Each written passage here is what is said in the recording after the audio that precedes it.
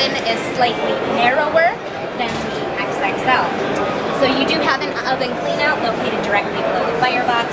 The firebox does have refractory on the sides, cast iron panel on the rear, and a cast iron grate. Ash pan located directly below the firebox. You do also have a shallow pan drawer located directly below. Again, pretty shallow, so good for smaller pieces of kindling or cookie sheets. This is a top vent model that is located in the center of the stove. You do have the ability to use this as a rear vent and exit out there as well.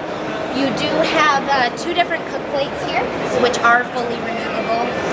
You have 3 different rings on this model, which provides you with access directly to the firebox for wok style cooking.